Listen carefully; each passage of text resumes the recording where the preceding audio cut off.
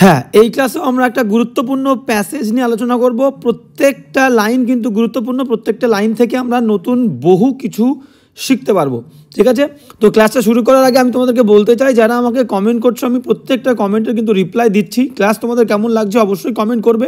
এবং টেলিগ্রামে একটু প্রবলেম হয়েছে, আমি নতুন একটা টেলিগ্রাম চ্যানেল ক্রিয়েট করে তোমাদেরকে লিঙ্ক দিয়ে দেবো। তোমাদের বাড়ির কাজ এবং যার যত সমস্যা আছে তোমরা কিন্তু ওই টেলিগ্রাম চ্যানেলে আমাকে বলবে এবং আমি সেই সমস্ত সমস্যাগুলো নিয়ে আলোচনা করবো এবং তোমাদের সলিউশন দিয়ে দেবো। ঠিক আছে, আর একটা জিনিস যেটা সবাই আমাকে বলছো এবং জানতে চাইছো যে স্যার কত কাট অফ আর কি যেতে পারে প্রিলিতে, কত কাট অফ, আমি এই নাম্বার এত সংখ্যা কোয়েশ্চেন করে এসেছি এবং আমার কি হতে পারে, আমার কি মেনের সম্ভাবনা আছে, আমি কি কোয়ালিফাই করতে পারবো? তো সবাইকে আমি বলবো, দেখো প্রিলিতে বা যে কোনো পরীক্ষাতে কাট অফ কত যাবে এটা কিন্তু তোমার লক্ষ্য নয়, বুঝতে পেরেছো?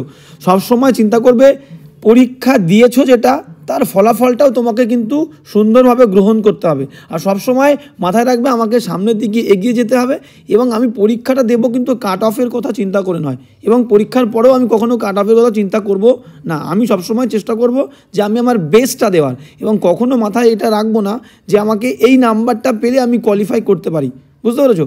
তুমি তোমার খাটনিতে বেস্ট দেবে, খাটনিটা বেস্ট করবে এবং পরীক্ষাটা তুমি সব থেকে সেরা, মানে তোমার সব থেকে সেরাটা দেবে, কারোর সাথে তুলনা করে নয়। তুমি তোমার একদম বেস্ট জিনিসটা দেবে, বুঝতে পেরেছো? তারপরে কি হবে সেটা হচ্ছে পরের কথা।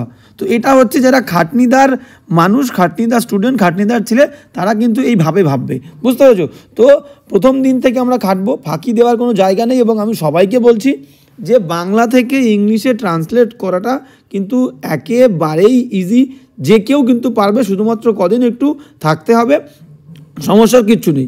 চলো আজকের ক্লাসটা শুরু করা যাক। তো ফার্স্ট কোয়েশ্চেন কী বলছে আমি দেখবো। ফার্স্ট কোয়েশ্চেন নয়, আমাদের প্যাসেজ নাম্বার কিন্তু 6, ক্লিয়ার? তো ফার্স্ট লাইন কী বলছে আমরা দেখে নেব। বলছে রাবেয়া অতি দীনভাবে জীবন যাপন করিতেন। তো কি বলছে দেখো, প্রত্যেকটা ওয়ার্ডের যদি আমরা ইংলিশ দেখি, রাবেয়া হচ্ছে একটা মেয়ে। তো রাবেয়া মানে রাবেয়া, অতি মানে কি ভেরি, অতি মানে হচ্ছে ভেরি, VERY, দীনভাবে। এবার এই দীনভাবে কথার অর্থ কি তোমাদের মনে হতে পারে যে দীনভাবে মানে কি? দীনভাবে আমরা বলতে পারি যে মিজারেবলি, মানে খুবই করুণভাবে, খুবই খারাপভাবে, MISERABLY, মিজারেবলি। বা আমরা বলতে পারি রেচেডলি, মিজারেবলিও বলতে পারি আমরা, কিন্তু রেচেডলিও বলতে পারি, WRETCHEDLY, এই দুটো বলতে পারি, ক্লিয়ার? অনেকে বলতে পারে স্যার পুয়ারলিও বলতে পারি। হ্যাঁ, তুমি বলতে পারো, কোনো সমস্যা নেই, তুমি পুয়ারলিও বলতে পারো, POORLY, পুয়ারলি, ক্লিয়ার? তো রাবেয়া অতি দীনভাবে জীবন মানে তোমরা সবাই জানো, জীবন মানে কি? জীবন মানে হচ্ছে লাইফ। এবার কি করতো? যাপন করিত, জীবন যাপন করিত, ক্লিয়ার? তো যাপন করা ইংরাজি মানে কি?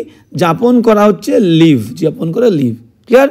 তো তিনি কাটাতেন তার জীবনটা খুবই দীনভাবে। এইবার এখানে আমাদের একটা জিনিস জানতে হবে, সেটা হচ্ছে কি এখানে কিন্তু করিতেন শব্দটা আছে।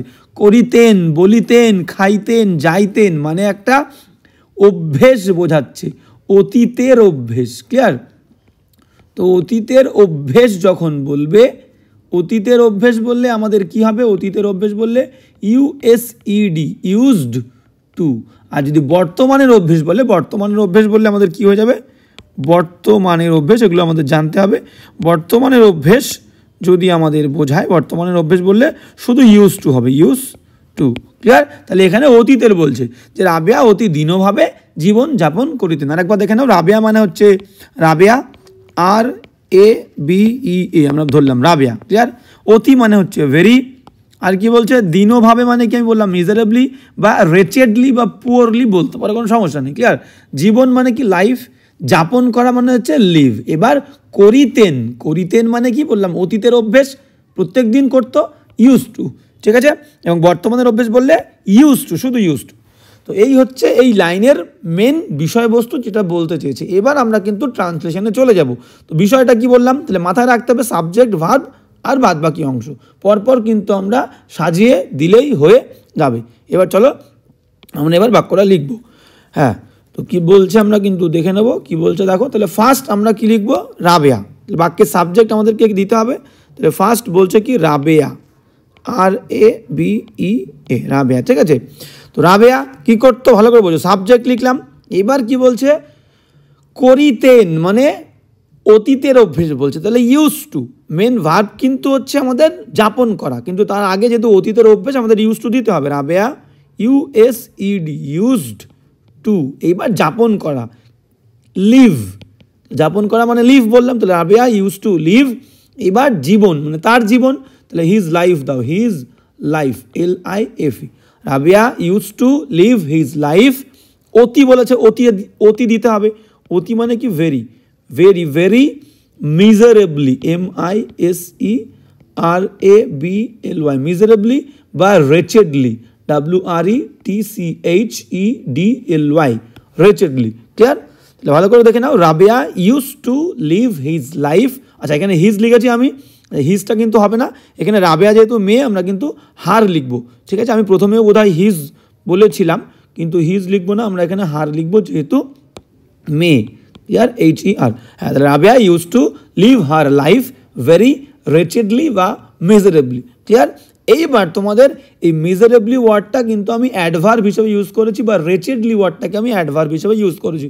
তোমরা একটু অন্যরকমভাবেও লিখতে পারো, অ্যাডজেক্টিভ হিসাবেও লিখতে পারো রেচেডলি শব্দটাকে, ঠিক আছে? চলো দেখি লিখলে কি হয়।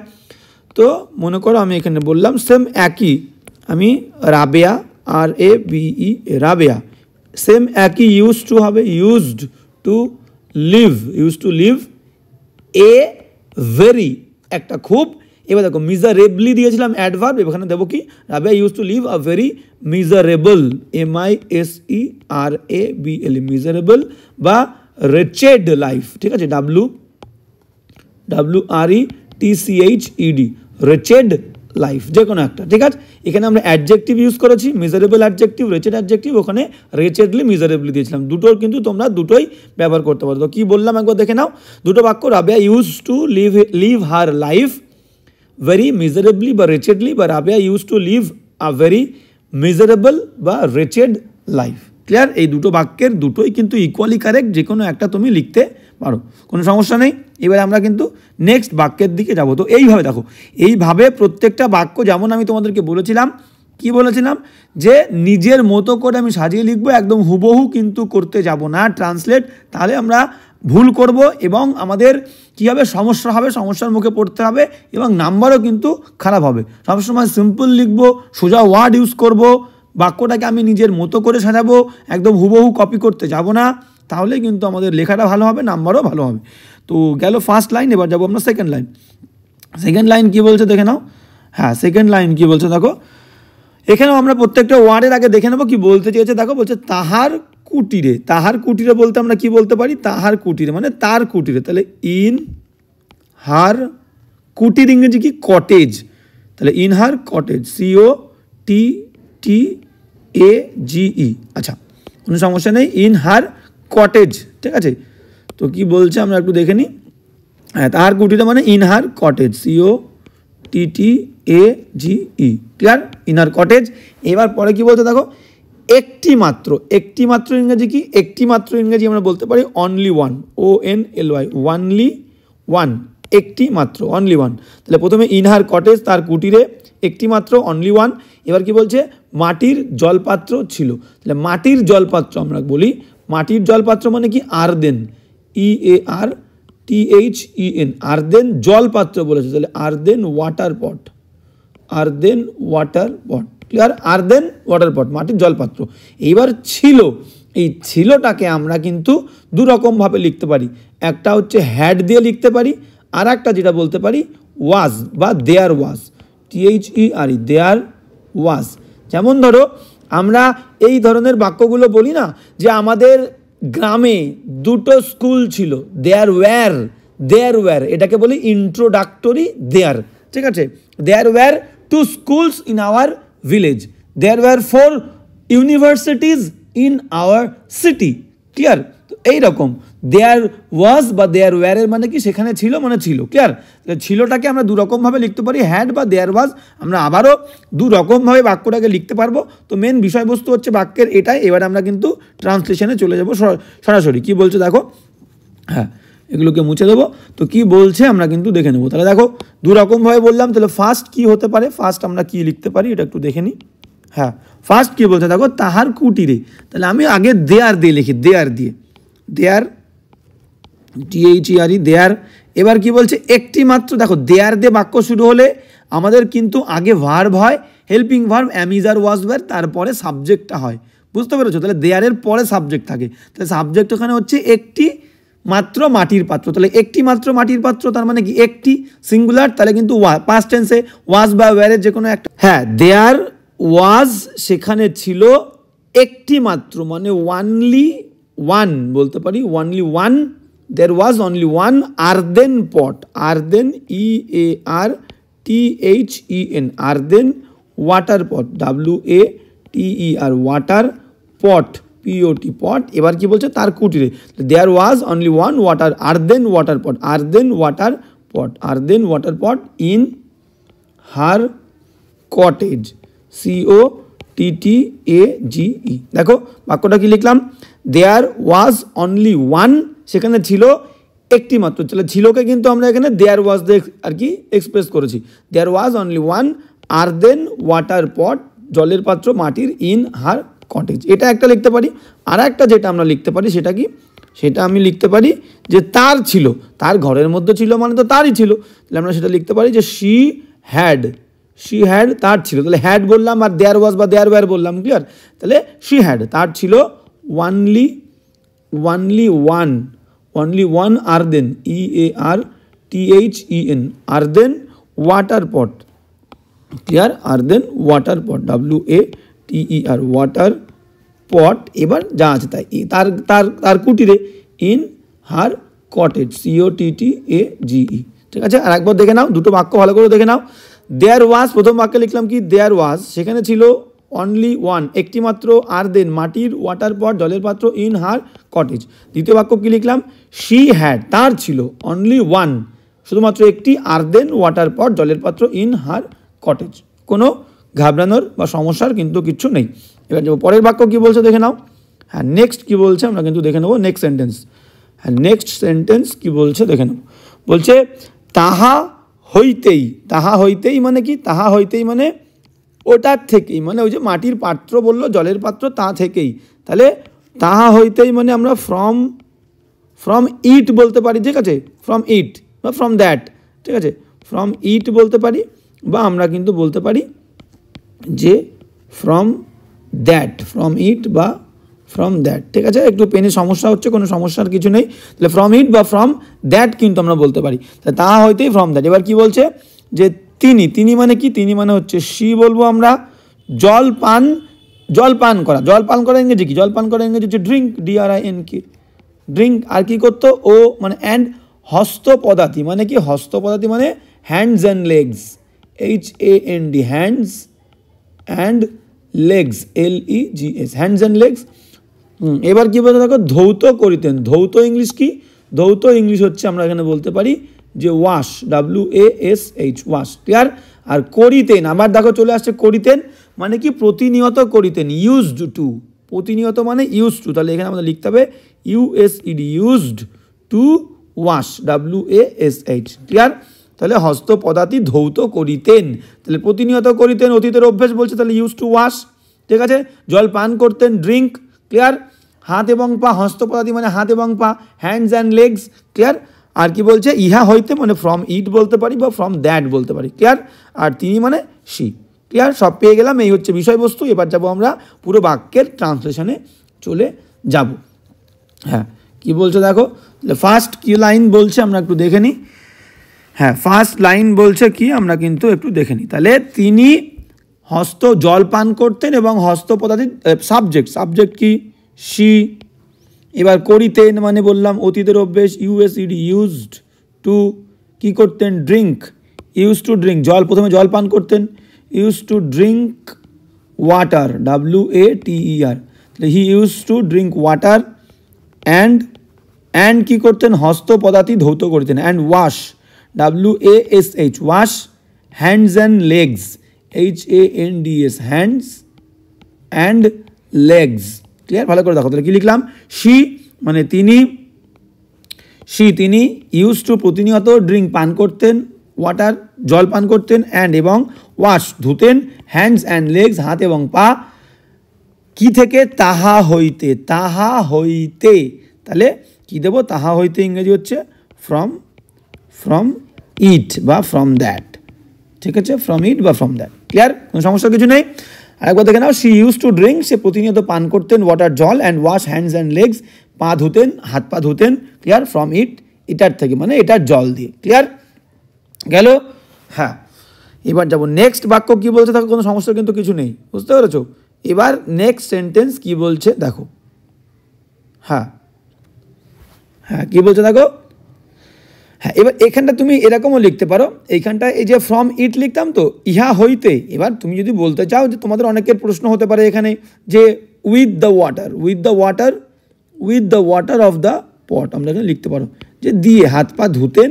এই যে এইখানটা কি বললাম দেখো, আমি একেবারে এখানে ফ্রম দিয়ে দিলাম, মানে কি এটার থেকে জল নিত, এর মধ্যে দিয়ে কিন্তু আমার বোঝানো হয়ে গেল। Clear, he use to drink water and wash hands and legs with. আবার তাহলে তুমি যদি উইথ লিখতে চাও তাহলে উইথ দ্য ওয়াটার দিতে হবে, with the WATER, with the water of the pot, with the water of the পট, যেটা দেওয়ার কোনো দরকার নেই আমার মতে। ঠিক আছে, তাহলে দুবার কিন্তু এখানে দুবার ওয়াটার হয়ে যাচ্ছে। প্রথমে একবার তুমি কিন্তু ওয়াটার লিখেছো, প্রথমে একবার ওয়াটার লিখেছো, পরে আর একবার ওয়াটার হচ্ছে। Clear, with the water of the পট, এটা লেখার দরকার নেই। বাক্য একদম সিম্পল, এখানে তুমি ফ্রম ইট দিয়েছো, তার মানেই তোমার বোঝানো হয়ে গেছে এটা থেকে জল নিয়ে। Clear, she use to drink water and wash hands and legs from it বা ফ্রম দ্যাট। তুমি এখানে বরঞ্চ ফ্রম দ্যাট পট যোগ করতে পারো। ক্লিয়ার, কোনো সমস্যার কিছু নেই। আবার with the water of the পট দেওয়ার কোনো দরকার নেই। নেক্সট বাক্য কী বলছে আমরা কিন্তু দেখে নেব। হ্যাঁ, নেক্সট বাক্য কী বলছে দেখো, নেক্সট বাক্য যেটা আমাদেরকে বলছে, হ্যাঁ কী বলছে, বলছে একখানি স্টকের ওপর, একখানি স্টক, তাহলে একখানি স্টক মানে এ পিস অফ ব্রিক বলতে পারি। একখানি স্টক মানে আমরা বলতে পারি a piece, PIECE, a piece of brick, BRICK, মানে এ পিস অফ, একটি ব্রিক মানে a piece of brick. Clear, ওপর মানে তোমরা জানো ওপর মানে হচ্ছে অন। ক্লিয়ার, ওপর মানে হচ্ছে অন। এবার মস্তক রাখিয়া, দেখো ভালো করে বোঝো, মস্তক রাখিয়া এটাকে আমরা দু রকমভাবে বলতে পারি, উইথ হিজ হেড বলতে পারি, উইথ, আচ্ছা হিজ বারবার হিজ হয়ে যাচ্ছে, হিজ কিন্তু হবে না, হার হবে। ক্লিয়ার, তো উইথ হার হেড বা বলতে পারি। এবার রাখিয়া, প্রত্যেক দিন পাচ্ছি আমরা রাখিয়া, তাহলে রাখিয়া মানে কি, কিপ মানে রাখা, তাহলে কিপিং হিজ হেডও বলতে পারি। ঠিক আছে, উইথ হার হেড বা কিপিং, KEEPING, কিপিং হার হেডও কিন্তু বলতে পারি, কিপিং হার হেড। ক্লিয়ার, এবার কি বলছে, ছিন্ন মাদুরে, ছিন্ন মাদুর ইংলিশ কি, ছিন্ন মানে ছেঁড়া, টর্ন, TORN, টর্ন মানে ছেঁড়া, মাদুর মানে হচ্ছে mat, MAT, torn mat. Clear, আর শয়ন করিতেন, আবার দেখো করিতেন অতীতের অভ্যেস, ইউজ টু দেবো কিন্তু, আর শয়ন মানে হচ্ছে স্লিপ, তাহলে এখানে দেবো হচ্ছে ইউজড টু স্লিপ, SLEEP। তাহলে এই হচ্ছে এই বাক্যের বিষয়বস্তু। ক্লিয়ার, একখানি স্টকের ওপর, তাহলে দেবো কি, on a piece of brick, মস্তক রাখিয়া, কিপিং হিজ হেড বা উইথ হিজ হেড, কিপিং, আমি বারবার হিজ বলছি, কিপিং হার হেড বা উইথ হার হেড। ক্লিয়ার, আবার কি বলছে, ছিন্ন মাদুরে মানে টর্ন ম্যাট, মানে অন এ টর্ন ম্যাট কিন্তু, আর করিতেন মানে ইউজ টু স্লিপ, শয়ন করা মানে স্লিপ, আর ছিন্ন মাদুর টর্ন ম্যাট। তো এই হচ্ছে মূল বিষয়বস্তু। এবার আমরা বাক্যের ট্রান্সলেশনে যাব, কি বলছে দেখে নাও। ক্লিয়ার, হ্যাঁ কি বলছে দেখো, আবারও সেই বললাম আমাদের কি লাগবে, সাবজেক্ট। এবার একখানি স্টকের ওপরে এই বাক্যটাকেও কিন্তু আমরা দুরকমভাবে লিখতে পারি, কোনো সমস্যা নেই। কি বলছে দেখো, তাহলে সে প্রতিনিয়ত শয়ন করিত, তাহলে শি ইউজড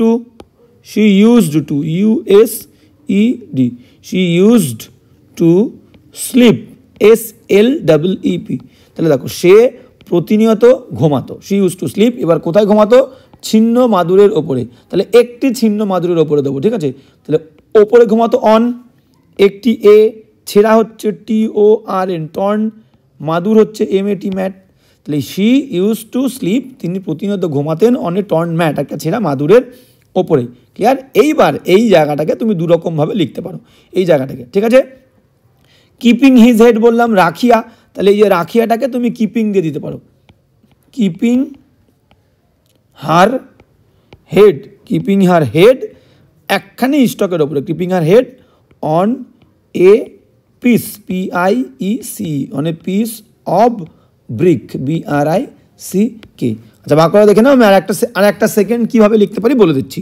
তাহলে ফার্স্ট কি লিখলাম, শি ইউজ টু, তিনি প্রতিনিয়ত স্লিপ ঘুমাতেন, অন ওপরে, এ টর্ন ম্যাট একটি ছেঁড়া মাদুরের ওপরে, কিপিং রাখিয়া, হার হেড তার মাথা, on a piece of brick এক টুকরো ইটের ওপরে। এই হচ্ছে ব্যাপার। এইবার তুমি যে ওই যে বললাম কিপিংটাকে দুরকমভাবে লিখতে পারি, বা আমরা বলতে পারি ওই অংশটুকুকে লিখছি আমি, এই কিপিং থেকে কিন্তু এই বাকি অংশটুকু লিখছি, এটাকে কি বলতে পারি, কিপিং হার হেড বলতে পারি, বা আমরা বলতে পারি আর কি বলতে পারি, পুরো বাক্যটা প্রথম দিকে লিখলাম না, with her head, with her head, এর আগে আমি ডট ডট দিলাম, with her head on a piece of brick, on a PIEC, on a piece of brick, BRICK। Clear? এই হচ্ছে বিষয়। তাহলে দু রকমভাবে লিখতে পারি, শি ইউজ টু স্লিপ, তিনি প্রতিনিয়ত ঘুমাতেন, অন এ টর্ন ম্যাট একটা ছেঁড়া মাদুরের ওপরে, কিপিং হার হেড তার মাথাটা রেখে, on a piece of brick বা কিপিং হার হেড, বা আমরা কি বলতে পারি, উইথ হার হেড তার মাথা রেখে, on a piece of brick একটি ইটের ওপরে। ক্লিয়ার? তো এই হচ্ছে দুরকম বাক্য। বাক্যটা একবার দেখে নাও, একখানি স্টকের ওপর মস্তক রাখিয়া ছিন্ন মাদুরে শয়ন করিতেন। তো তার উত্তর কিন্তু আমরা এই দুরকমভাবে দিতে পারি বা লিখতে পারি। ওকে, তো এবার যাবো নেক্সট সেন্টেন্স কি বলছে দেখে নাও। হ্যাঁ, নেক্সট সেন্টেন্স কি বলছে আমরা কিন্তু দেখে নেব, অবশ্যই দেখব কি বলছে। দেখো আগে বাক্যটা আপনারা পড়ে নি। বলছে এই সকল দেখিয়া, এই সকল দেখিয়া মানে কি, আমি তোমাদেরকে বলেছিলাম এই সকল দেখিয়া, আবার সেই দেখিয়া করিয়া চলে আসছে। তাহলে এই সকল দেখিয়া মানে Singh, SWING, Singh all this, THIS, Singh all this. দেখো আমি এখানে কিন্তু THIS লিখলাম। এবার তোমাদের মনে হতে পারে যে স্যার অল বলেছে সমস্ত কিছু, তাহলে দিসের প্লুরাল ফর্ম তো আমরা, দিসের প্লুরাল ফর্ম তো আমাদের দিস হয়, THES, দিস কেন লিখলাম না? এইবার বিষয়বস্তুটা হচ্ছে কি, যদি কাউন্টেবল হয়, যে জিনিসগুলো আমরা গুনতে পারি, কাউন্টেবল, COUNTABLE, কাউন্টেবল, তাহলে আমরা প্লুরাল করব। তাহলে এখানে কি বলছে, এই যে তার যে জীবনের পরিস্থিতি, এই পরিস্থিতিটা দেখে, এই সমস্ত পরিস্থিতি দেখে, তাহলে পরিস্থিতি কি গোনা যায়? গোনা যায় না তো। তাহলে এখানে আমি দিস লিখবো, সিং অল দিস, এটাই হচ্ছে একটা appropriate phrase, Singh all this, এই সমস্ত কিছু দেখে। বুঝতে পেরেছো? তাহলে হয়ে গেল, ব্যাপারটা বুঝতে পেরেছো। এবার নেক্সট লাইন কি বলছে, এক ব্যক্তি। এক ব্যক্তি মানে কি? এক ব্যক্তি মানে হচ্ছে ওয়ান পার্সন, ঠিক আছে। Singh all this, one person বা এ পার্সন বলতে পারো, a person, Singh all this a person, a person দাও, ওয়ান পার্সন না দিয়ে এ পার্সন দাও, এ পার্সন, PERSON। হ্যাঁ, Singh all this a person, একদিন তাহাকে বলিলেন। তাহলে এ পার্সন আগে সাবজেক্টের পরে ভার্ব দাও, তারপরে একদিনটা পরে দেবো। Singh all this a person told, TOLD, told বলিলেন, হিম তাকে, ওয়ান ডে, ONEDAY, কমা। এবার কোড শুরু, কোডের মধ্যে কি বলেছে লিখতে হবে, ভালো করে দেখো। তাহলে এই সকল দেখিয়া, তাহলে বলেছিলাম কি, দেখিয়া করিয়া বলিয়া খাইয়া যাইয়া বললে ভার্বের ING দিয়ে লিখতে হয়। তাহলে সিং অল দিস, এবার দিস কেন লিখলাম সেটাও বললাম, আনকাউন্টেবল, গোনা যায় না পরিস্থিতি। ক্লিয়ার? তো সিং অল দিস, এই সমস্ত কিছু দেখিয়া, এ পার্সন একজন ব্যক্তি, টোল্ড হিম বলেছিলেন তাকে, ওয়ান ডে একদিন। এবার কি বললেন, কমা দিয়ে কোডের মধ্যে কি বললেন দেখো, বলছে আমার এক ধনী বন্ধু আছেন, আমার আছেন। তাহলে আমার আছেন ইংলিশ কি, একদম সিম্পল, আমার আছে আই হ্যাভ, এটা কিন্তু কোডের মধ্যে, আই হ্যাভ, আমার আছে একটি ধনী বন্ধু, আই হ্যাভ এ, ধনী হচ্ছে rich, RICH, rich, friend, FRIEND, I have a rich friend. এই হচ্ছে বিষয়। ক্লিয়ার? তাহলে seeing all this, a person told him, একজন ব্যক্তি তাকে বলেছিল, ওয়ান ডে একদিন, কি বলেছিল, আই হ্যাভ আমার আছে এ একজন রিচ ফ্রেন্ড, ধনী বন্ধু। এই হচ্ছে এই লাইনটার মূল বিষয়বস্তু এবং ট্রান্সলেশন। এবার যাবো নেক্সট, সমস্যার কিচ্ছু নেই। হ্যাঁ, এইবার কি বলছে দেখো, এইবার পরের বাক্য কি বলছে, একদম সিম্পল। আগে কি বলছে দেখে নি, বাক্যটা পড়ে নি। বলছে যদি আপনি আমাকে আদেশ করেন তবে আমি তাহার নিকট হইতে, মানে তাহলে আমি তার কাছ থেকে আপনার ব্যবহারের জন্য কিছু সামগ্রী, কিছু জিনিসপত্র আনিয়া দিতে পারি, মানে এনে দিতে পারি। ঠিক আছে? একজন আমাকে প্রশ্ন করেছিলে যে স্যার পরীক্ষাতে PSC ক্লার্কশিপের মেনে কি এরকম সাধু ভাষায় প্যাসেজ থাকবে? সাধু ভাষাতেও থাকতে পারে, নর্মাল চলিত ভাষাতেও থাকতে পারে, কোনো বিষয়বস্তু নেই। সাধু ভাষাতে থাকলে ঘাবড়ানোর কিচ্ছু নেই, সাধু ভাষাতে থাকবে আমি আমার মতন চলিত ভাষা করে নেবো, কোনো ঘাবড়ানোর কিচ্ছু নেই। হ্যাঁ, এবার কি বলছে দেখো, তাহলে এবার আমরা দেখি কি বলছে।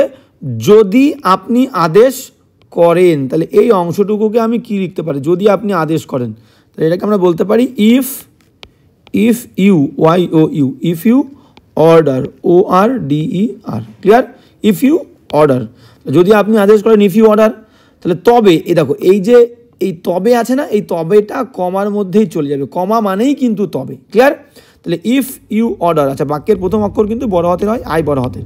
ইফ ইউ অর্ডার, যদি আপনি আদেশ করেন, তবে মানে কমা আমি তাহার নিকট হইতে, আমি তার কাছ থেকে, তাহলে তার কাছ থেকে ইংরেজি কি, তাহার নিকট হইতে, আমি কিন্তু এখনও ফাইনাল লিখছি না, তার কাছ থেকে ইংরেজি হচ্ছে ফ্রম হিম, তার কাছ থেকে, আমিটাকে আমি বাদ রাখলাম, আমি আপনার ব্যবহারের জন্য মানে কি, ফর, আপনার ব্যবহার, ফর ইয়োর ইউজ, ব্যবহার ইউজ, তাহলে আপনার ব্যবহারের জন্য ফর ইয়োর ইউজ।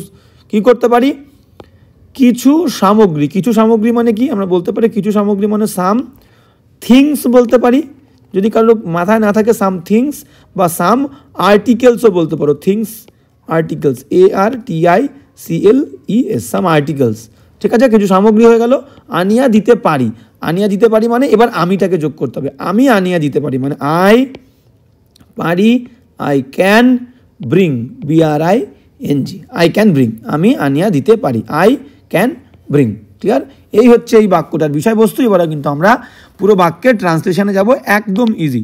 তো বুঝতেই পারছো, কারো কোনো সমস্যা থাকলে আমাকে অবশ্যই জানাবে, এবং তোমাদের আমি বারবার বলছি একটা করে প্র্যাকটিস সেট বা হোমওয়ার্ক বা ডিটেলস কোনো কিছু জানানোর দরকার হলে আমি কিন্তু টেলিগ্রামে তোমাদেরকে জানিয়ে দেবো। টেলিগ্রামের যে লিঙ্কটা আর কি ডিসক্রিপশনে দেওয়া আছে, ওটাতে একটু প্রবলেম হচ্ছে, আমি নতুনভাবে কিন্তু ক্রিয়েট করে তোমাদেরকে আমি লিঙ্ক দিয়ে দেবো।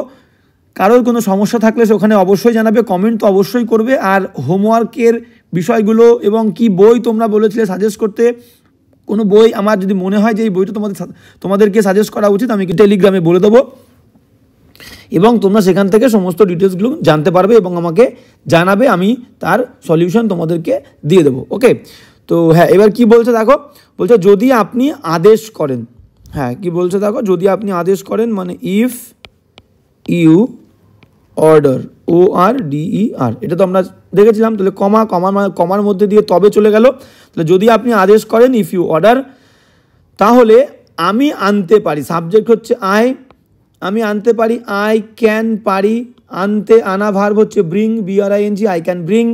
কি আনতে পারি, এবার অবজেক্ট দিয়ে দাও, কি আনতে পারি, কিছু জিনিস আনতে পারি, ঠিক আছে? আপনার জন্য কিছু সামগ্রী মানে কিছু হচ্ছে সাম, SOME, হ্যাঁ সাম, কিছু জিনিস, আর্টিকেলস, ARITICLES, আর্টিকেলস, বা থিংসও বলতে পারো, THINGS, ঠিক আছে? I can bring some articles বা থিংস, ঠিক আছে? ফর ইয়োর ইউজ বা ফ্রম হিম দিয়ে দাও আগে, তার কাছ থেকে বললে from him, I can bring some articles from him. এইবার তোমার ব্যবহারের জন্য, ফর বা আপনার ব্যবহারের জন্য, ফর সে একই ব্যাপার, তোমার আর আপনার একই জিনিস, ফর ইয়োর ইউজ, ঠিক আছে? এই হচ্ছে বিষয়বস্তু। দেখো কোনো সমস্যার কিছু নেই, একবার দেখে না। যদি আপনি আদেশ করেন if you order, I can bring, আমি আনতে পারি, সাম আর্টিকেল, কিছু জিনিস, বা সাম থিংস, ফ্রম হিম, তার কাছ থেকে, ফর ইয়োর ইউজ, আপনার ব্যবহারের জন্য। সমস্যার কিছু নেই, কোনো সমস্যা থাকলে আমাকে কিন্তু অবশ্যই জানাবে। এবং তোমাদের যদি নতুন মাথায় কিছু আসে, যেভাবে তোমাদের মনে হচ্ছে আমি লিখতে পারি এই বাক্যটা নয়, প্রত্যেকটা বাক্য যদি তোমাদের একটু আলাদাভাবে লেখার ইচ্ছে হয়, অবশ্যই কমেন্ট করে আমাকে জানাবে, বা টেলিগ্রামের যে লিঙ্কটা আমি দেবো সেখানেও কিন্তু তোমরা জানাতে পারো, আমি কিন্তু তোমাদেরকে বলে দেবো যে এখানে এই প্রবলেম হয়েছে, বা যদি ঠিক হয় আমি বলবো যে অবশ্যই এইভাবেও তুমি লিখতে পারো। ক্লিয়ার? এবার যাবো আজকে শেষ লাইন, খুব সম্ভবত, হ্যাঁ কি বলছে দেখো, এবার রাবেয়া উত্তর করিলেন, কি বলছে দেখো, বলছে রাবেয়া উত্তর করিলেন, রাবেয়া মানে উত্তর করিলেন মানে রিপ্লাই দিলেন বা আনসার্ড, ক্লিয়ার?